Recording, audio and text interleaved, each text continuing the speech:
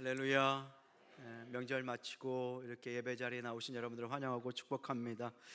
명절이 쉬는 날 같지만 명절날 참 고생을 많이 하신 것 같아요. 얼굴이 헬쭉하셔가지고 오신 분도 계시고, 어떤 분들에게는 손주 보시느냐고 행복했죠 라고 하니까, 목사님 올 때는 반갑지만 갈 때는 더 반갑습니다 라고 얘기하시는 분도 계십니다.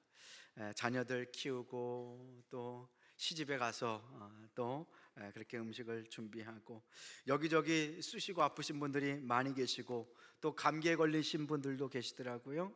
어떤 분들은 또 오랜만에 가족 만났는데 마음의 상처만 가득 안고 오신 분들도 계실 것입니다. 오늘 이 시간 예배를 통하여 우리 하나님 아버지께서 여러분들을 만지시고 새롭게 하시고 새 힘을 공급하여 주실 줄로 믿습니다. 우리 그런 의미에서 앞뒤 좌우 형제 자매들과 이렇게 인사했으면 좋겠는데요. 한 주간 수고 많으셨습니다. 인사하시겠습니다. 한 주간 수고 많으셨습니다. 애쓰셨습니다. 애쓰셨어요. 특별히 우리 믿지 않는 일가 친척들을 위해서 여러분들 만나고 오셨고 또 복음을 전하셨을 텐데, 우리 1년 내내 추석 때까지 기도했으면 좋겠어요. 하나님, 내가 뿌리고 온 복음의 씨앗, 내 능력, 내 새치어로 그들을 설득할 수 없습니다. 하나님께서 상황과 환경을 통해서 저들의 마음의 문을 여시고 복음이 흘러가게 하여 주옵소서. 기도할 때 하나님께서 그 영혼들을 만져주시고 살려주실 줄로 믿습니다. 오늘은 선교주일입니다. 오늘 예배는 선교주일 예배로 드립니다. 영적 터닫기 네 번째 시간이죠. 선교주일을 맞아서 우리 교회가 하나님의 마음을 알아들이는 교회가 되었으면 좋겠습니다. 하나님의 마음을 아는 성도. 우리가 첫사랑을 회복하기 위해서 무엇이 먼저 필요할까요? 상대방의 마음의 진심을 아는 것이 필요합니다. 사랑이 약간 식었어요. 아니면 오해가 생겼어요. 그런데 상대방의 진심을 알 때, 그 마음의 중심을 알 때 그 사랑이 다시 회복되는 것을 보게 됩니다. 오늘은 우리가 하나님의 마음의 진심을 알아들였으면 좋겠어요. 우리 성도님들이, 우리 교회가 하나님의 진심과 하나님의 속마음을 알아서 그 마음을 시원케 해드리는 우리 온 교우와 우리 승영교회가 되시기를 주님의 이름으로 축복합니다. 처음 사랑을 회복하는 길, 우리 교회 표잖아요. 1981년 우리 교회가 처음 세워질 때 그 설레는 마음, 하나님을 향한 그 간절한 마음, 첫사랑을 회복하는 길은 사랑하는 그 하나님의 마음, 그 진심을 아는 것으로부터 시작됩니다. 부모님의 사랑도 마찬가지죠. 우리 부모님의 사랑과 부모님의 진심을 언제 깨닫게 되나요? 엄마 아빠의 진심을 깨닫게 되는 그 순간, 예전에 음식을 다 차린 뒤에, 차린 음식이 많지 않아서 예전에 가난했을 때에 자녀들이 막 맛있는 걸 먹을 때 엄마도 드세요 라고 하면 엄마들이, 보통 부모님들이 뭐라고 말씀하시나요? 엄마는 다 먹었다, 너희들 많이 먹어라. 그러면 진짜로 엄마는 많이 드셨는 줄 알고 남김없이 다 쓸어가지고 먹잖아요. 그런데 지나고 보니까 어머니가 다 그렇게 드신 것이 아니라 새끼들 입에 들어가는 거 보면서 행복하셨어. 새끼들 더 먹으라고, 엄마는 다 먹었어, 엄마는 짜장면이 싫다고 하셨어. 그렇게 얘기하잖아요. 우리 명절을 맞아서 눈이 많이 온다 그랬잖아요. 그래서 눈이 오기 전에 막 출발들 하시더라고요. 전화를 받습니다. 눈이 많이 오니까 내려오지 마라, 위험하다, 그렇게 얘기해요. 그러면 엄마 말씀에 순종하겠습니다, 안 내려가겠습니다 하면 큰일 나는 거죠. 엄마가, 부모님이 눈 많이 오는데 오지 말라라고 하는 건 뭐예요? 나를 향한 너의 사랑이 얼마나 뜨거운지 내가 확인해 보겠다, 이 눈을 이길 수 있는지 내가 한번 확인해 보겠다, 그 뜻은 아니에요. 내려오지 말라고 했는데 내려갔더니 어때요? 음식을 다 차려놨어요. 부모님의 진짜 마음, 진심을 알아들이는 것이 부모의 도리고 효도의 첫 길이고 사랑을 회복하는 길이죠. 오헬리가 쓴 크리스마스 선물이라는 책이 있습니다. 가난한 두 커플이 있었어요. 그 남편과 아내, 가난해서 서로 선물을 줄 수가 없었어요. 그래서 어떻게 하면 좋을까? 그런데 그 남편에게는 시계 줄이 없는 시계가 하나 있었어요. 그런데 그 여인에게는 아무것도 없지만 남편에게 선물을 주고 싶은 그 여자는 머리카락밖에 남지 않았어요. 그래서 그 아내는 그 아름다운 머리카락을 팝니다. 그리고 남편을 위해서 시계 줄을 준비하죠. 그 남편은 어떻게 했을까요? 유일하게 있는 시계를 팔았어요. 그래서 아내를 위해서 핀을 준비합니다. 그렇게 크리스마스 날 만나서 서로의 진심을 깨닫게 되는 거죠. 선물이 중요한 게 아니라 그 선물에 담긴 뭐예요? 진심과 마음.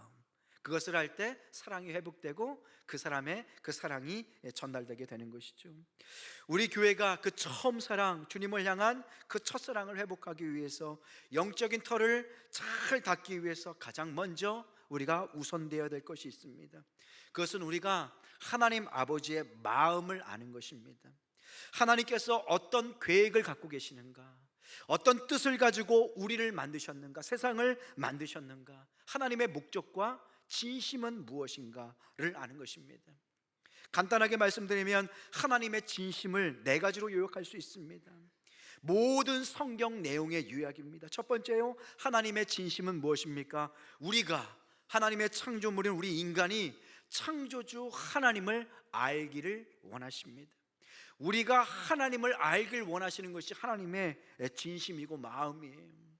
우리를 만드신 이유가 뭡니까? 우리 인간들이 하나님을 알고 하나님을 예배하도록. 마치 부모가 자녀를 키웁니다. 어린아이를 막 키워요. 눈이 보이지 않아가지고 뭐가 뭔지 잘 모르고 있다가 이제 부모가 뭔지, 엄마가 뭔지를 알아요. 그러면 엄마 아빠가 탁 오면 애가 어떻게 해요? 싹 웃잖아요. 그러면 모든 필요가 싹 씻겨지면서 얼마나 사랑스러운지 몰라요. 그렇죠? 그리고 좀 있으면 이제 옹알이를 하다가 엄마 아빠 할 때가 딱 오잖아요. 그러면 엄마 아빠가 서로 경쟁하기 시작하잖아요. 엄마 먼저 해야 된다, 아빠 먼저 해야 된다. 그래서 어떤 아이는 엄마를 먼저 하잖아요. 그러면 아빠가 몰래 방에 들어가가지고 아빠를 세뇌시켜요. 엄마 아니야, 아빠야, 아빠. 어떤 친구는 또 아빠부터 먼저 하는 친구가 있어요. 대단한 친구들이에요. 그런 친구들은 어때요? 엄마가 속상하잖아요. 그래서 막 젖을 가지고 엄마를 세뇌시킵니다. 아빠가 아니야, 엄마가 먼저야 라고 하잖아요. 그러면서 엄마, 아빠 이렇게 얘기하면 얼마나 기뻐하세요. 나를 알아주니까, 엄마 아빠를 알아주니까. 자녀가 부모를 알아주는데도 얼마나 기쁘고 살맛이 납니까? 하나님의 진심이 무엇입니까? 하나님께서 여러분들을 만드신 이유와 목적이 무엇입니까? 다른 건 아무것도 없어요. 하나님께서 돈을 달라고 합니까? 하나님께서 뭐 대단한 업적을 이루라고 하십니까? 창조주인 나를 알아주어라. 너를 만들고 너를 사랑한 나를, 내 진심을 좀 알아주어라. 그것이 하나님의 진심, 하나님의 마음 아닙니까?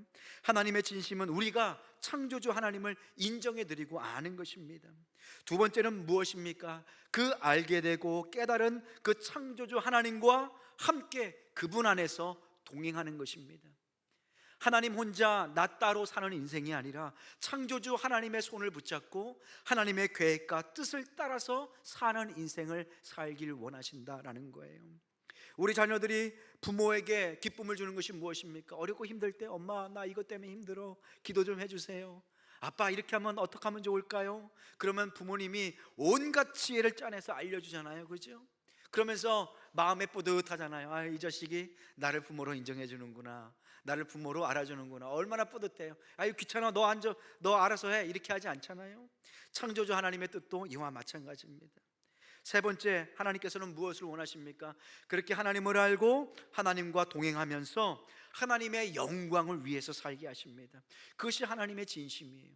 왜 하나님의 영광입니까? 하나님의 뜻대로 살 때 우리에게 참된 평화와 참된 기쁨이 있기 때문입니다.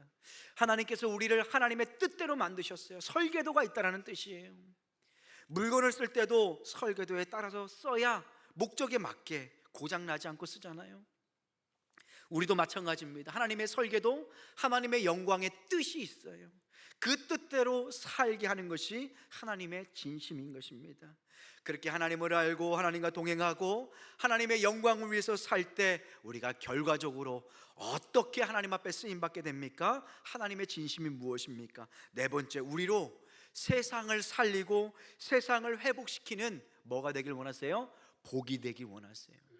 아브라함의 삶이 이와 같은 삶 아닙니까? 우리의 삶도 이와 똑같은 삶 아닙니까? 아브라함의 삶 어떡합니까? 하나님을 몰랐어요.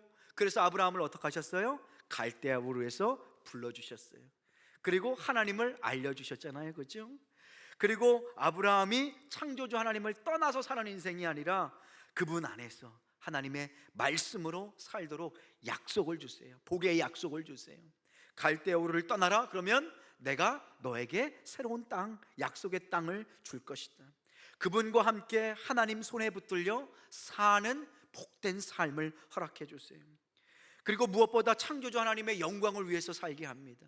하나님께서 말씀을 주시고 그 말씀을 이루어 가도록 아브라함의 삶을 붙잡고 가세요. 결국 무엇을 이룹니까? 하나님의 영광을 이루는 삶을 살게 하세요. 그리고 아브라함에게 무엇보다 어떤 복을 주세요? 복이 되는, 복 근원이 되는 하나님께서 은혜를 주십니다. 그것이 창세기 12장 3절의 말씀이에요. 너를 축복하는 자에게는 내가 복을 내리고 너를 저주하는 자에게는 내가 저주하리니 땅의 모든 족속이 너로 말미암아 무엇을 얻게 된다고 말씀하세요? 복을 얻게 될 것이다. 하나님께서 아브라함을 편애하셔서 너를 축복하는 자에게 내가 복을 내릴 거야, 너를 저주하는 자는 내가 저주할 거야 라고 말씀하신 것이 아니에요. 내가 너를 불러서 자녀 삼고 그리고 내가 너를 통하여 복의 통로로 열어가게 될 거야. 나의 뜻을 이룰 거야. 그러니 너를 축복하는 자는 나를 인정하는 자야. 그러니 그를 복주고 내가 사용할 거예요. 내가 너를 복의 근원으로 세울 거야. 그리고 세상을 고칠 거야 라고 하나님께서 말씀해 주고 계시는 것입니다. 그것이 창세기 12장 2절 말씀이에요. 우리 모두를 향한 하나님의 말씀 아닙니까? 오늘 그 말씀 함께 한 목소리로 읽어보겠습니다. 우리를 향한 하나님의 계획 함께 읽겠습니다. 시작. 내가 너로 큰 민족을 이루고 내게 복을 주어 내 이름을 창대하게 하리니 너는 복이 될지라. 아멘. 너가 뭐가 된다고 말씀하세요? 복이 될 거야. 이것이 하나님의 뜻이에요. 하나님을 알고 하나님과 동행하고 하나님의 영광을 위해서 살도록 우리로 복이 되게 하신 거예요. 그 자체가 바로 복인 것입니다.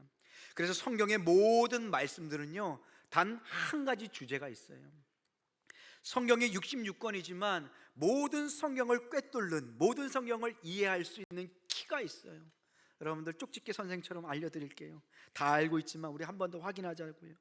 하나님 아버지의 진심이에요. 마음이에요. 첫 번째는 뭡니까? 사랑으로 세상을 창조하신 하나님이시라는 거예요. 이 세상을 무엇으로요? 사랑으로. 그래서 온 우주에는 질서와 사랑이 잡혀져 있어요. 여러분들 지는 노을을 한번 보세요. 지난주에 말씀드렸죠. 창조주 하나님의 사랑인 거예요. 하늘을 한번 보세요. 그 푸른 하늘 바라볼 때 우리의 마음도 푸르러지고 우리의 마음이 하나님의 사랑으로 가득 차지 않습니까? 대자연을 바라보세요. 저것을 누가 만드셨을까? 저절로 생각이 들잖아요. 그 모습을 보면서 창조주 하나님을 기억하는 것이죠. 그래서 자연을 향해서 경외감을 가질 때 우리는 겸손해질 수 있고요, 창조주 하나님을 의식할 수 있는 지혜가 생겨요. 우리 한국 땅은 아스팔트, 콘크리트가 너무 많은 것 같아요. 하늘을 보려고 해도 아파트가 너무 많아가지고 잘 볼 수가 없어요. 여러분들 가능하면 창조주 하나님의 그 섭리, 그 창조 만물을 잘 보고 누릴 수 있기를 소망합니다. 창조주 하나님의 뜻, 성경의 모든 말씀의 주제는 뭐예요? 세상을 사랑으로 창조하셨다. 그런데 그 창조하신 세상을 누구에게 맡기셨어요? 우리에게, 인간에게.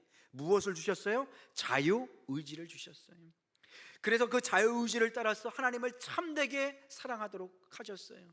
너 나 떠나면 죽어, 나만을 사랑해야 돼, 억지로 로봇처럼 만들지 않으셨어요. 자유의지를 가지고 하나님께 사랑을 드리도록 만드셨어요. 그런데 사람이 어떻게 했어요? 죄 때문에, 죄로 인해서 망가지고 하나님을 반역했어요. 그래서 온 세상이 죄로 인해서 망가지고 깨어지게 된 거예요. 그것이 우리가 사는 인생 아닙니까? 우리는 완벽한 나라, 좋은 나라를 바랍니다. 그런데 죄로 인해서 망가진 세상은 어때요? 이 세상 모든 나라들이 망가지고 깨어져 있는 것을 보게 돼요. 나라끼리 전쟁도 하고요. 오늘날 우리나라의 모습을 한번 보십시오. 망가진 세상에 의해서, 망가진 사람에 의해서 망가진 나라를 보게 됩니다. 요즘은 넥타이 하나도 매기가 힘들어요. 저는 오늘 빨간색 입었잖아요. 오늘 그렇죠? 일부 입을 때는 파란색 맸어요. 누가 뭐라 그럴까 봐. 이제 검은색을 맬까라고 생각을 했어요. 목사님이 빨간색인지 파란색인지 궁금해하시는 분들이 많더라고요. 망가진 세상, 죄로 인해서 망가진 세상, 하나님은 어떻게 해요? 포기하지 않으시고 우리를 구원하시는 거예요. 그래서 누구를 보내세요? 예수님을 보냈어요. 구약은 오실 예수님, 신약은 오신 예수님, 그리고 다시 오실 심판주 예수님을 기다리는 거예요. 그래서 성경의 모든 말씀은 하나님께서 사랑으로 세상을 창조하셨고 죄로 인해서 망가진 그 세상을 하나님께서 포기하지 않으시고 누굴 보내시는 거예요? 하나님 자신, 예수님을 이 땅에 보내셨어요. 그래서 당신의 십자가 보혈로 죄의 권세를 끊어버리시고 원수를 멸하시고 최종적인 승리를 우리 자녀들에게 주시는 줄로 믿습니다. 그것이 회복의 역사예요. 구원의 역사예요. 여러분들 보세요. 이것이 하나님의 스토리, 히스토리, 하나님의 구원의 역사예요. 이 관점을 가지고 세상을 바라볼 수 있어야 돼요. 하나님께서 세상을 만드셨지만 세상은 망가지고 깨어졌구나. 이 망가지고 깨어진 세상, 거기에 종로로 타는 인생이 아니라 하나님께 부름받고 구별받아서 복의 근원으로 세상을 치유하는 자로 우리를 불러주셔서 오늘 시간 예배 자리에 서게 하신 줄로 믿습니다. 그래서 우리는 승리의 노래를 부르는 자예요. 이 세상을 결국 하나님께서 치료하여 주실 것이다, 승리를 주실 것이다, 다시 오실 그 예수님을 바라보며 다시 한번 세상에 나가서 복의 근원으로 사는 것이 우리의 삶이 되는 것입니다. 사도 바울도 하나님의 이런 마음을 깨달았어요. 우리처럼 사도 바울은 원래 사울이었어요. 하나님을 대적하는 사람이었어요. 그런데 이 사도 바울이 하나님의 진심을 알게 되자 변화되기 시작해요. 첫 번째, 하나님의 진심을 알게 된 바울 어떻습니까? 첫 번째는 하나님의 마음을 알지 못했어요. 우리처럼, 예전에 우리처럼 하나님의 교회를 핍박했어요. 예수 믿는 자들을 조롱하고 그리고 죽이는데 앞장섰어요. 사도행전 9장 1절과 2절 말씀입니다. 사울이 주의 제자들에 대하여, 주의 제자들은 교회를 말하는 거예요, 여전히 위협과 살기가 등등하여 대제사장에게 갔어요. 왜 갔을까요? 거기서 편지를 받아서 예수 믿는 사람을 다 잡아가지고 죽이는 허락을 받기 위해서. 2절 말씀입니다. 다메섹 여러 회당에 갈 공문을 청한 거예요. 왜 그 공문을 원했습니까? 만일 그 도를 따르는 사람, 예수 믿는 사람, 교회를 다니는 사람을 만나면 남녀를 막론하고 결박하여서 예루살렘으로 잡아오려 함이라. 잡아와서 뭐에게요? 죽이기 위해서, 핍박하기 위해서. 처음에 사도 바울은 하나님을 아는 듯 했지만 완전히 알지 못했어요. 구약의 하나님을 제대로 알지 못했어요. 아브라함을 부르셔서 온 백성과 만 백성의 복의 근으로 세웠다는 사실을 잃어버린 거예요. 유대 민족만의 하나님으로 착각한 거죠. 하나님의 마음을 알지 못했어요. 그런데 이런 사울을 하나님께서는 포기하지 않으셨어요. 이런 사울을 예수님께서는 찾아오셨어요. 그것이 바로 두 번째 사건입니다. 사울을 찾아오신 예수님의 사건이에요. 사도행전 9장 3절입니다. 사울이 길을 가다가 핍박하기 위해서, 죽이기 위해서 다메섹에 갔어요. 다메섹에 가까이 이르더니 후련히 하늘로부터 빛이 그를 둘러 비추는지라. 하나님께서 포기하지 않고 당신의 사랑으로 사울에게 찾아오신 거예요. 사울아, 사울아, 왜 나를 핍박하느냐? 그의 인생을 바꾸어 주시는 놀라운 사건이에요. 예측할 수 없는 하나님의 주권적 사랑입니다. 우리의 모습 아닙니까? 하나님을 핍박하고 무시하고 교회 다니는 사람을 증오하고 미워했던 우리를 어느 순간 하나님께서 우리를 바꾸셔서 이 자리에, 예배의 자리에 앉게 해 주시는 것 아닙니까? 누군가를 보내서 복음을 듣게 하고, 또 우리의 삶 가운데 어려움과 고통 가운데 그리고 좌절 가운데 하나님의 사랑을 경험케 하셨어. 오늘 사도 바울처럼 이렇게 예수님께서 찾아오셔서 그의 인생을 바꾸어 주시는 거예요. 결국 하나님께서는 이 사울을 변화시키십니다.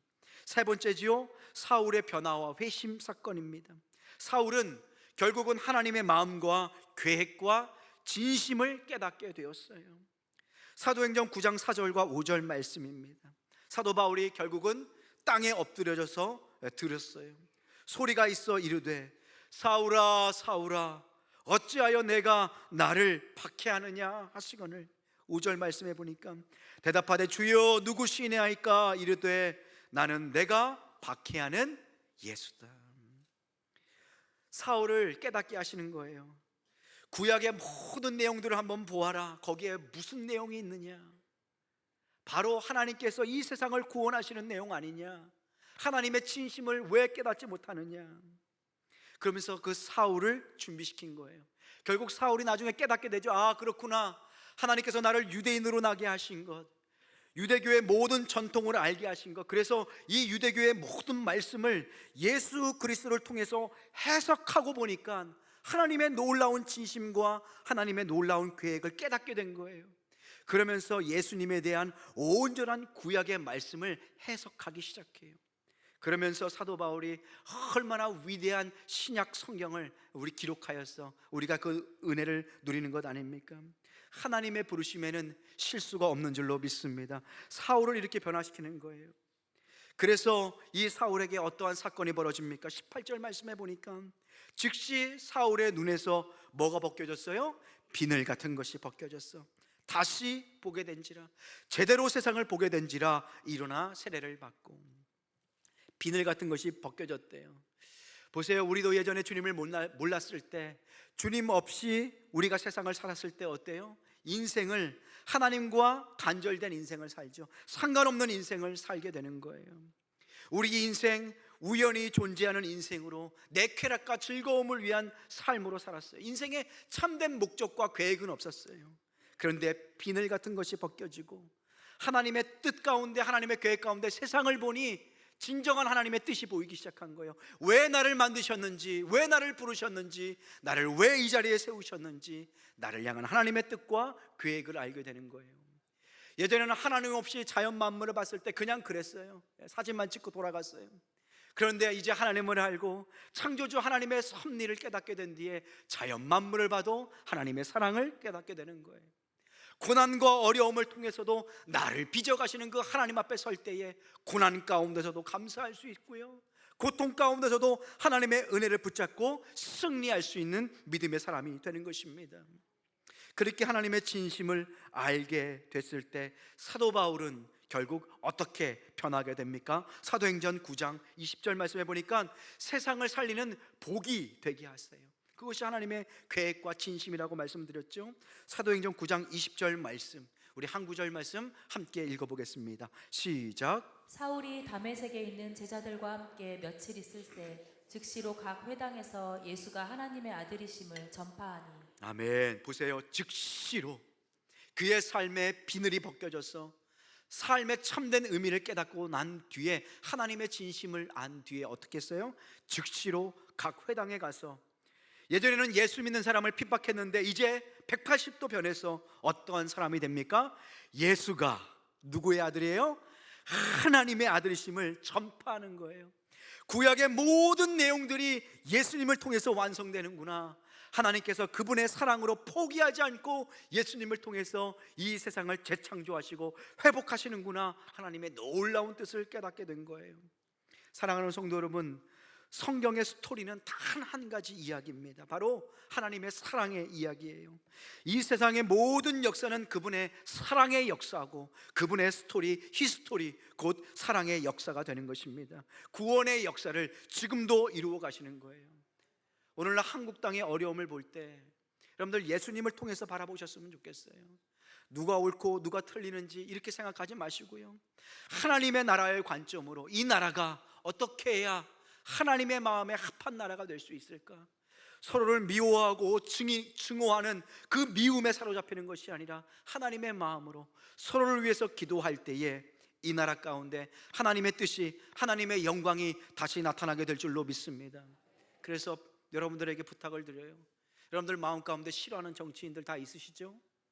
없으신 척 착 하고 계시는데, 여러분들 저 인간만 없으면 우리나라 정말 잘 살겠다 하는 분들이 한 분씩 계실 거예요. 다 계시잖아요, 그죠? 그분들을 위해서 기도하십시오. 야, 아멘 안 하시는 거 봐. 그분들을 위해서 기도할 수 있는 여러분 되시길 소망합니다. 기도할 때 하나님께서 이 나라를 다시 살려주실 줄로 믿습니다. 성경의 스토리는 구원의 역사예요. 창조주 하나님께서 사랑으로 이 세상을 창조하셨고 우리 인간에게 사랑을 요구하셨는데 실패하셨어요. 인간이 실패했죠. 죄로 인해서 실패하고 넘어졌어요. 그런데 어떻게 했어요? 하나님은 포기하지 않고 살릴 수 있는 길을 열어주세요. 그것이 뭐예요? 예수 그리스도, 복음이에요. 그 복음을 통해서 우리를 구원해 주시고 우리를 복의 근원으로 삼으셔서 세상 가운데 예수님을 증거하는 자로 우리를 세워주신 줄로 믿습니다. 그것이 바로 하나님의 진심이고 하나님의 마음이에요. 여러분들, 하나님의 마음, 이 하나님의 관점을 깨닫게 되면, 하나님의 관점을 깨닫게 되면 이 세상의 부를 자랑하는 사람들을 사랑할 수 있게 돼요. 제가 얼마 전에 보니까 누군가가 이렇게 사진을 보여줘 보니까 크리스마스 트리를 쫙 만들었어요. 카카오톡에 사진을 보니까 예수님 안 믿는 사람일 거예요 아마. 그런데 그 카카오톡에 있는 사진 트리를 이렇게 만들어 놨는데 그 밑에 무엇을 이렇게 박스를 세워놨는데 그 박스를 보니까 다 명품 박스예요. 여러분들 좋아하는 헤르메스, 잘 모르죠? 에르메스예요, 에르메스? 네, 죄송해요. 에르메스인가요? 에르메스. 에르메스래요. 네. 또 뭐 있어요? 샤넬, 샤넬. 감사해요, 샤넬. 그리고 또 뭐 있어요? 빨리 다 고백하세요. 빨리 회개하세요. 구찌, 뭐 여러 가지 쫙 박스를 줄줄이 세워놓고 사진을 쫙 찍어가지고 카카오톡에 팍 올렸어요. 그거 왜 올렸을까요? 왜 올렸어요? 자랑하려고, 남들 배 아프는 꼴 보려고. 저는 그거 보면서 그 사람이 너무 불쌍했어요. 진심이에요. 세상에 자랑할 것이 얼마나 없길래 자기가 가지고 있는 그 알량한 거 너무 유치하잖아요. 얼마나 자랑할 것이 없어서, 얼마나 자랑할 것이 없길래, 얼마나 사랑을 못 받았길래 그 물질을 자랑할까. 학력을 자랑하는 사람들이 있어요. 여러분들, 하나님을 알지 못하는데 서울대가 무슨 소용입니까? 여러분들 믿음으로 한번 바라보세요. 서울대 우리 아이들 가면 좋죠. 하나님 없이 서울대 간 거 무슨 소용입니까? 하나님을 아는 것이 뭐의 근본이라고 그랬어요? 모든 지혜의 근원이다. 하나님의 말씀이 참된 줄로 믿습니다. 학력을 자랑하는 사람들, 하나님 없는 지혜가 무슨 소용이 있겠습니까? 주일에 골프장 가고 유흥을 즐기고 등산 가고 막 운동하는 사람들이 있어요. 주일날 저녁에 사역을 마치고 나면 저도 조금 피곤해요. 그런데 거기 있는 사람들 보면 막 등산도 가고 골프공, 이렇게 골프공이 아니라 골프채 메고선 막 낑낑대면서 올라가는 사람들 봐요. 예전에 몰랐지만 그 사람들 요즘 보면 참 안 됐어요. 이 세상을 사는 괴로움을 잊기 위해서, 참 행복을 찾기 위해서 얼마나 고생이 많을까. 저렇게 열심히 운동하고 왔지만 그 사람들의 눈을 보잖아요. 공허해요. 참된 기쁨이 없어요. 하나님의 마음을 깨닫지 못했기 때문입니다. 오늘 주일은 선교주일로 드립니다. 여러분들, 우리가 하나님의 진심을 알아들을 수 있길 소망합니다. 이 땅을 향한 하나님의 뜻, 여전히 포기하지 않으시는 그 하나님의 사랑, 아직도 믿지 않는 자들을 향한 하나님의 그 긍휼의 사랑을 깨달아야 합니다. 그럴 때 하나님께서 우리 교회를 사랑하여 주실 뿐만 아니라 여러분들의 삶을 아름답게 사용하여 주실 것입니다. 그래서 오늘 이 시간 우리가 함께 결단했으면 좋겠어요. 첫 번째, 우리가 하나님께 순종하는 교회가 되었으면 좋겠습니다. 하나님의 마음을 알고 그 마음을 따라서 순종하는 교회. 우리 교회 표어가 뭐예요? 처음 사랑을 회복하는 교회. 그런데 하나님께서 에베소 교회를 향해서 경고하셨어요. 에베소 교회는 소아시아 교회에서 처음으로 세워진 교회, 가장 큰 교회, 어머니 교회예요. 그 어머니 교회에 경고하는 거예요. 네가 처음 사랑을 회복하지 않으면 뭐를 옮기신대요? 촛대를 옮긴다. 교회의 능력과 권세를 옮긴다는 거 저는 너무 두려워요. 우리 교회가 이 처음 사랑을 빼앗겨서 촛대가 옮겨지면 어떡하나. 하나님 앞에 쓰임받지 못하는, 영혼의 열매를 맺지 못하는 교회가 되면 어떡하나. 우리 교회가 하나님께 순종하는 교회가 되어야 될 텐데, 가장 처음 하나님의 마음을 알아들이는 교회, 그리고 그 마음에 순종할 때 하나님의 마음에 합한 교회가 될 것입니다. 그런 교회가 되기 위해서 우리가 함께 오늘 이 시간 마음의 다짐을 하셨으면 좋겠어요. 첫 번째, 우리 교회는요, 파송하는 교회가 되어야 합니다. 파송하는 교회가 될 줄로 믿습니다. 자막 계속 띄워주세요. 하나님의 마음에 합한 수영교회, 첫 번째는요, 파송하는 교회입니다. 어떻게 하면 파송하는 교회가 될까? 사도행전 13장 2절과 3절 말씀입니다. 함께 읽어보겠습니다. 제가 읽어드릴게요. 주를 섬겨 금식할 때에 성령이 이르시되 내가 불러 시키는 일을 위하여 바나바와 사울을 따로 세우라 하시니 이에 금식하며 기도하고 두 사람에게 안수하여 어떻게 했다고 그래요? 보내니라. 이 교회, 안디옥 교회예요. 안디옥 교회. 이 안디옥 교회 성령의 말씀을 들었어요. 하나님의 마음을 알았어요. 그 다음에 어떻게 했어요? 바나바와 사울을 따로 세워서 안수하여서 파송했어요. 어떤 교회? 안디옥 교회는 선교사를 파송하는 교회예요. 사랑하는 성도 여러분, 하나님의 마음이 있는 곳이 있어요. 죽어가는 영혼, 하나님을 알지 못하는 백성들, 그 땅으로 하나님은 당신의 백성들을 보내십니다. 하나님의 마음을 아는 자들을, 하나님의 마음을 깨달은 자들을 부르셔서 그곳으로 보냈어요. 아브라함이 그랬고요, 다윗이 순종했고요, 사도 바울이 순종했습니다. 그래서 그 사명의 자리에 하나님의 말씀을 순종하기 위해서 엎드릴 때에 무엇이 나타날까요? 하나님의 능력이 나타나게 되는 거예요. 하나님의 촛대의 능력이, 권세가 나타나게 되는 것입니다. 사도 바울의 삶이 그랬어요. 오늘 본문 말씀 보면 사도 바울이 온 이태를, 사도행전 28장이잖아요 30절 31절 보면, 30절 말씀에 보면 사도 바울이 로마에까지 가요. 로마까지 갔다는 것은요, 로마가 대단한 곳이라서 간 것이 아니에요. 죽는 자리에까지 순종함으로 간 거예요. 갈 수 없는 그 자리에 목숨을 걸고 간 거예요. 그 자리에 로마에 갔어요. 그래서 온 이태를 2년 동안 어디에 머물렀냐면 자기의 셋집에 머물렀다고 그래요. 셋집에. 셋집이 뭐예요? 크고 대단한 집이 아니라 한 달 사글세로, 월세로 산 거예요. 그러면서 하나님의 복음을 전하기 시작한 거예요. 하나님의 복음을 전할 때 어떻게 전했습니까? 두려움 없이 담대하게 전했다. 그것이 오늘 본문 말씀의 능력이에요. 그런데 그렇게 그 셋집에서 전한 복음을 통해서 로마가 뒤집혀지기 시작해요. 하나님의 마음을 알고 그 마음을 따라서 순종하는 자를 통해서 하나님의 역사가 나타나게 되었음을 우리는 보게 돼요. 로마가 뒤집어져서 하나님을 인정하는 나라가 되는 것입니다. 누구를 통해서요? 사도 바울을 통해서. 그 좁은 셋집에서, 그 단칸방에서 복음을 전할 때 하나님의 역사가 시작된 거예요. 한국 땅에 온 선교사들을 한번 보세요. 언더우드 알렌, 아무것도 없는 한국 땅에 와서 복음의 씨앗을 뿌립니다. 그들이 이 땅에 왔을 때 이것이 될까? 이것이 정말 가능할까? 얼마나 많은 고민과 생각이 있었겠어요. 그런데 다시 한번 말씀을 드리지만 하나님의 마음이 있고, 그리고 그 마음에 순종하는 자를 통해서 하나님의 역사가 나타나게 되는 줄로 믿습니다. 우리 교회는 크신 하나님 앞에서 크게 쓰임받는 교회가 되었으면 좋겠어요. 있으나 마나한 교회가 아니라 하나님의 마음을 알아들여서 하나님의 마음을 시원케 해드리는 교회, 우리 승영교회가 되어야 될 줄로 믿습니다. 그래서 우리 승영교회는 파송하는 교회가 될 거예요. 우리 파송을 한 선교사님, 이미정 선교사님 계세요. 인도네시아에서, 그 무슬림 지역에서 학원 사업을 통해서 학생들을 가리키면서 복음을 전한 거예요. 유일하게 합법적인 방법이니까. 저에겐 꿈이 있어요. 지금은 인도네시아밖에 보내진 않았지만 우리 5대양 6대주, 특별히 우리 각 대륙마다 선교사님들을 파송하고 후원하고 협력했으면 좋겠어요. 지금 당장은 우리가 파송은 할 수 없을지라도 후원하고 협력할 수는 있어요. 한 달에 다만 얼마씩이라도 후원하면서 그것을 위해서 기도하는 거예요. 그 땅의 나라를 품고 기도하는 거예요. 하나님의 마음을 헤아려 드리는 거예요.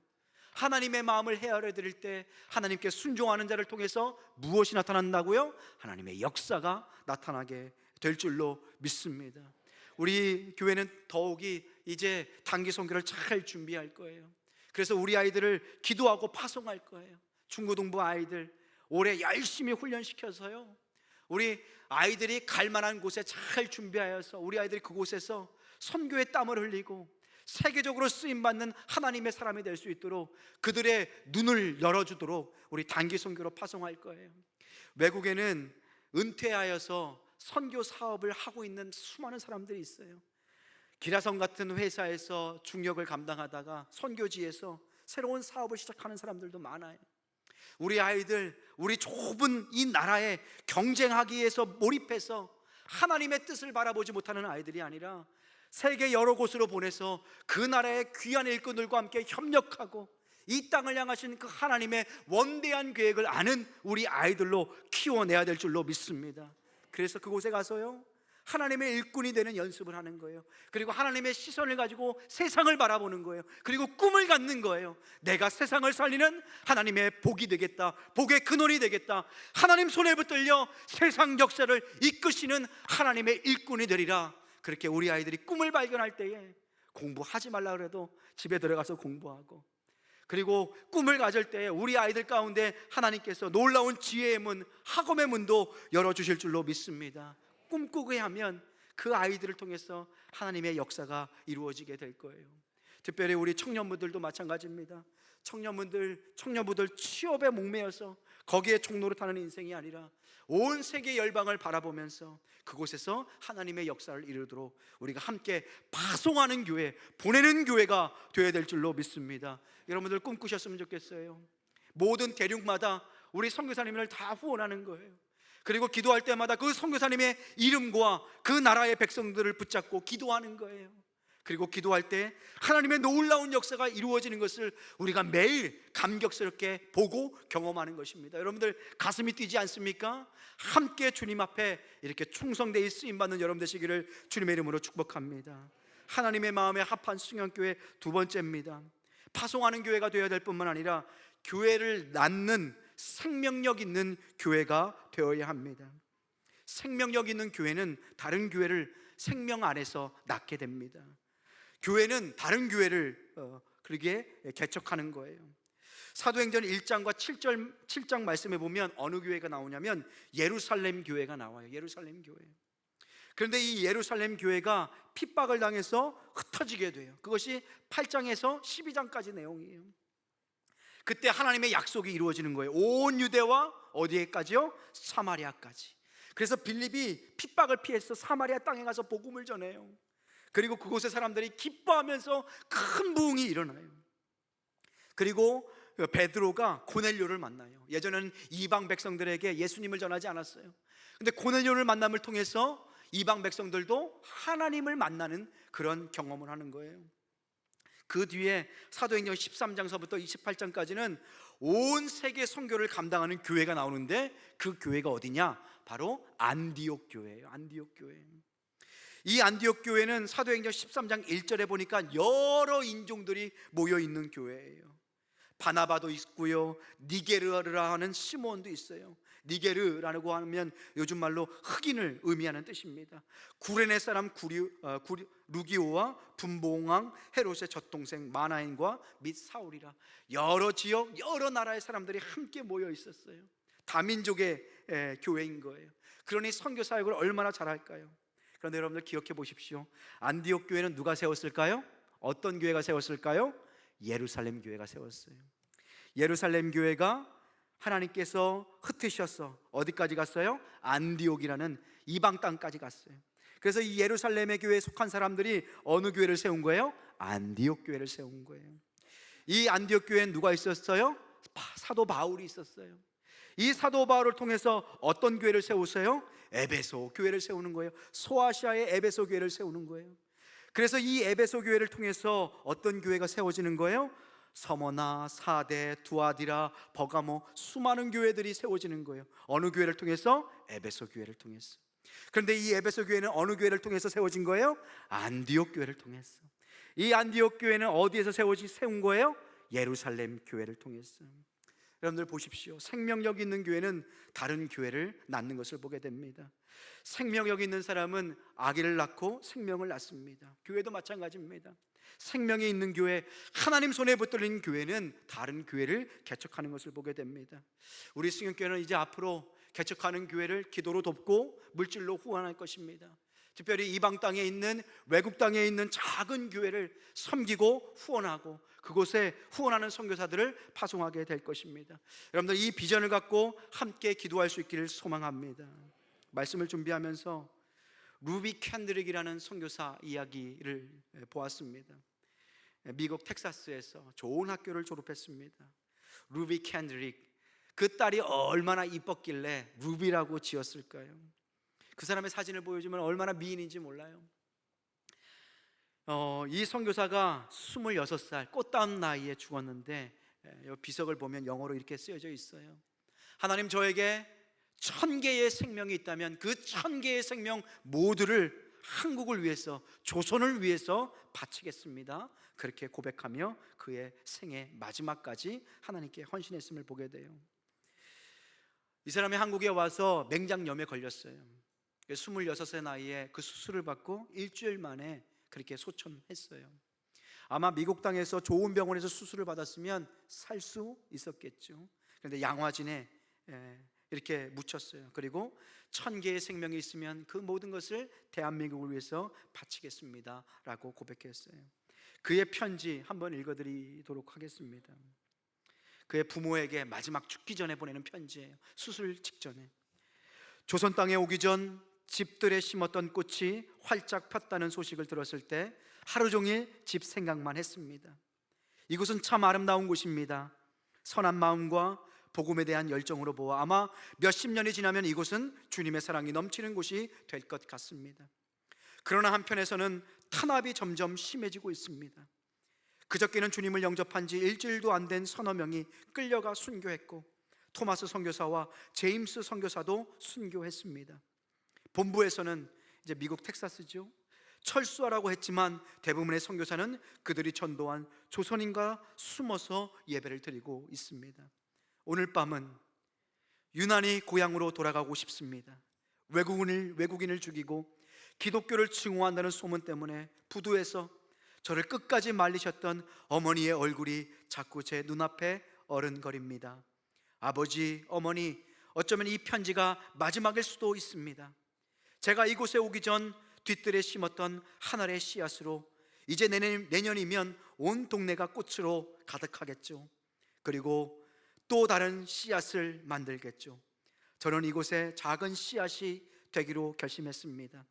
제가 씨앗이 되어 이 땅에 묻히게 되었을 때에 조선 땅에는 많은 꽃이 피고 그들도 여러 나라의 씨앗이 될 것입니다. 저는 이 땅에 저의 심장을 묻겠습니다. 이것은 조선에 대한 제 열정이 아니라, 잘 들어보세요, 하나님께서 가지는 조선에 대한 열정이라는 것을 알게 됐습니다. 어머니, 아버지 사랑합니다. 루비 캔드릭이 쓴 마지막 편지예요. 이 편지를 받은 아버지의 마음을 한번 생각해 보세요. 루비, 그 딸이 얼마나 이뻤길래 이름을 루비로 지었을까요? 보석 이름이잖아요. 그 딸이 그 한국 땅, 선교사를 참혹하게 죽이는 그 땅, 한마디로 얘기하면 미개하고 발전되지 못하고 아직도 사람이 병에 걸리면 무당 앞에 가서 돼지를 잡고 피를 뿌렸던 그 나라, 그 나라에 간다고 하니 어느 부모가 쉽게 보내줄 수 있었을까요? 그런데 루비 캔드릭은 하나님의 마음에 사로잡혔어요. 하나님의 사랑, 이 땅을 향한 주님의 그 국률의 사랑에 사로잡혔어요. 그래서 그 사랑을 무시할 수 없었어요. 이 땅에 와서 자신의 생명을 드린 거예요. 아무 열매도 얻지 못했잖아요. 26, 그 꽃다운 나이에 한국에 온 지 얼마 안 됐을 때 그렇게 순교의 제물이 되었습니다. 그런데 이 선교사가 죽어가면서, 하나님, 나는 여기서 죽지만 이 땅에 20명, 30명, 60명 수많은 선교사들이 오게 해주세요. 이 땅을 살려주세요. 이 루비 캔들에게 편지를 받고 텍사스 남부 감리교회 청년들이 기도하면서 수많은 선교사, 정말로 그 다음 해에 20명이 되는 선교사가 이 한국 땅에 도착하게 되었습니다. 사랑하는 성도 여러분, 하나님께서 지금도 우리를 부르시고 계십니다. 누가 나를 위하여 갈꼬? 라고 우리를 향하여 묻고 계십니다. 우리 승영교회를 향하여 사명의 자리로 우리 하나님께서 인도하고 계십니다. 우리 교회가 첫사랑을 회복하는 교회가 되길 소망합니다. 첫사랑은 무엇입니까? 하나님의 마음을 헤아려 드리는 것입니다. 지금도 죽어가는 영혼, 고통 가운데 있는 영혼들에게 예수 생명을 증거하라고 우리로 복의 근원으로 아브라함처럼 불러서 이 세상을 향한 소망으로 우리를 다시 파송하고 계시는 것입니다. 오늘 본문 말씀 사도행전 28장 30절 31절에 보니까 사도 바울은 자기 셋집에서 복음의 열매를 맺기 시작했어요. 상황과 형편이 아무리 어렵더라도 하나님의 복음은 막히지 않음을, 한계가 없음을 깨닫게 됩니다. 우리 승영교회 선교 사역을 감당하다 보면 이제 우리 교회 자체를 위해서 쓸 수 있는 돈이 아마 조금 더 줄어들 거예요. 앞으로 저는 하고 싶은 일이 많아요. 우리 교육부서도 그렇고 밑에 교회도 그렇고 고쳐야 될 것도 많고요. 지금 앰프도 간신히 돌아가고 있는 거예요. 우리 교회 한 번 오면 끝까지 쓰잖아요, 그죠? 얼마나 알뜰하게 쓰는지 몰라요. 벌써 다른 교회는 한 두세 번 바꿔 써야 되는데 20년 넘도록 똑같은 거 쓰니까 지금 여기 스피커도 안 나와요. 앰프가 나갔어요. 그렇게 해야 될 것이 많음에도 불구하고 하나님은 계속 우리의 마음을 흔드시고 영적인 부담감을 주시는 거예요. 너의 교회만 살리는 것이 아니라 죽어가는 많은 영혼들이 있는 그곳에 선교사를 파송하고 예수 생명 루비 캔드릭처럼 선교의 열매를 맺을 수 있도록 한번 생각해 보세요. 루비 캔드릭이 이 땅에 처음 올 때 지금 이 땅에 세워진 수많은 교회들 상상이나 했겠습니까? 수많은 사람들이 함께 모여서 이렇게 예배드리는 아름다운 광경을 상상이나 했겠습니까? 그런데 하나님의 그 사랑에 응답하여서 이 땅에 순교의 열매를 뿌릴 때에 하나님께서 위대한 열매를 이 땅 가운데 주신 줄로 믿습니다. 우리 교회도 꿈꿨으면 좋겠어요. 그리고 소망 가운데 이 사명을 함께 감당할 수 있었으면 좋겠습니다. 오늘 시간 함께 찬양했으면 좋겠어요. 주님, 내가 여기 있사오니. 우리 함께 말씀을 기억하면서 찬양했으면 좋겠습니다. 주님, 내가 여기 있습니다. 나를 보내소서, 나를 써 주소서. 하나님 나라를 위해서, 복음을 위해서, 그 영혼들을 위해서 나를 보내 주소서. 우리 함께 찬양합니다. 주님, 내가